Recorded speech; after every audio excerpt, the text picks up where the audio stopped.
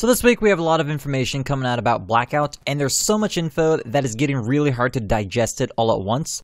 I wish they would have started to slowly pass this out maybe a week earlier because it's just a lot. For some perspective, there's about 60 or more bullet points on a post from Charlie Intel, so I thought I'd make a video about the top 5 things that you can expect from the Blackout beta. These are 5 things that I consider to be most important to Blackout gameplay in general, and things that Treyarch has to execute on to make sure Blackout is successful. Number 1 is the fact that the beta will have 80 players. This doesn't hit that 100 player target, but quality of gameplay does take priority after all, and this is still more than what a lot of people expected a Call of Duty game to be able to manage. They will continue to push for adjusting the player limit based on feedback, and that could be at launch or it could be well after launch, and it could just remain at 80 indefinitely. Next, we have map size and content. Initially, Treyarch announced the map was about 15 times the size of Nuketown. The final version of the map, or at least the current version and the one we will see in the beta, is actually at about 2,500 Nuketowns according to Vonderhaar. And I just kind of like the fact that Nuketown is now a unit of measure in Call of Duty. The map has also been rebooted 3 times, which means they really strive to get this right.